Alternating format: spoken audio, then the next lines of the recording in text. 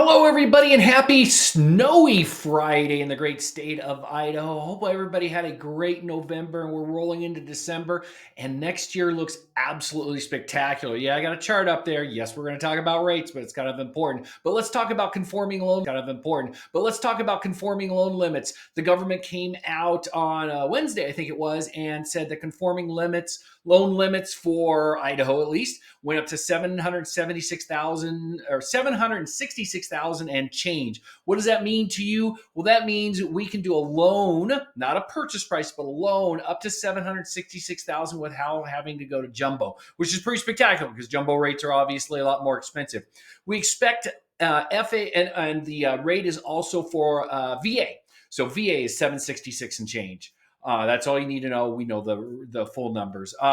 For FHA, we expect that to be coming out in the next couple weeks or so. Currently, we're at 586. I'm guessing 6.25, 630, maybe. We'll have to see about it. Hey, a couple of other things. Idaho Housing's all caught up on their loans. They are slamming loans through right now. There's a horrible rumor that they were about 45 days out. They were pretty slow on there. We're getting them done in 30 days, but I just dropped one in 15. So that was pretty spectacular. Now let's talk about rates and where are rates going or where are rates been. Well, we know where rates have been. Rates have been horrible. We had one of the highest jumps in rates in such a short period of time ever. Well, believe it or not, they're actually starting to crash a little bit. So I'm going to show you this chart real fast. This is a Japanese candlestick chart. This is rates over the last 12 months. And green is good, which means as this green goes up, interest rates go down, and red is bad. And you can see that we've had some definitely down, which means rates have really dropped in the last, or really risen in the last 3 years.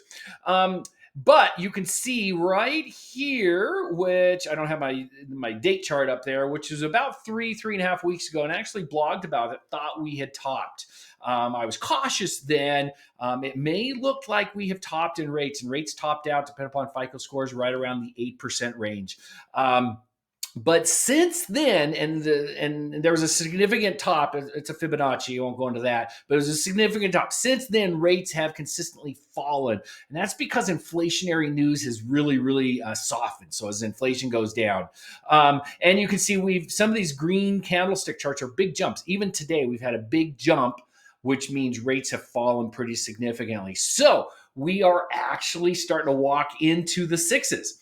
I have seen many talking heads recently that said that we should be in the low sixes to high fives by March. And the reason why this is pretty important is, wait for it, yes, it's going to be a poop show again, like it was, because we're not going to have any inventory, and rates are going to be not the stupid low rates, the twos and the threes, but they're going to be in the fives.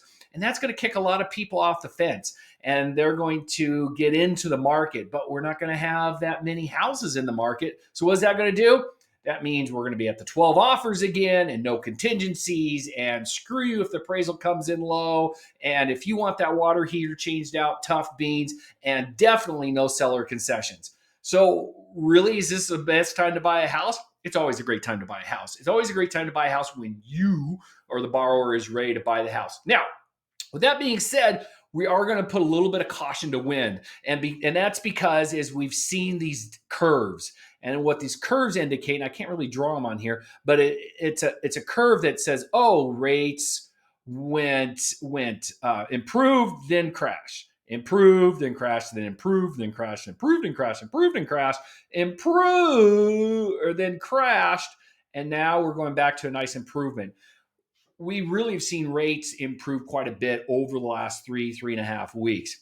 We're probably due for a little bit of a pullback, but as long as economic news is coming out and it's showing that the economy is slowing and that inflation is slowing, the Fed is not going to increase rates. And there's even some talk the Fed could start cutting rates next year. Now, again, we're not going to go back into the twos unless the Federal Reserve artificially pushes rates down in there. So that's kind of the mantra I'm telling everybody. We do not anticipate rates going into the twos and threes.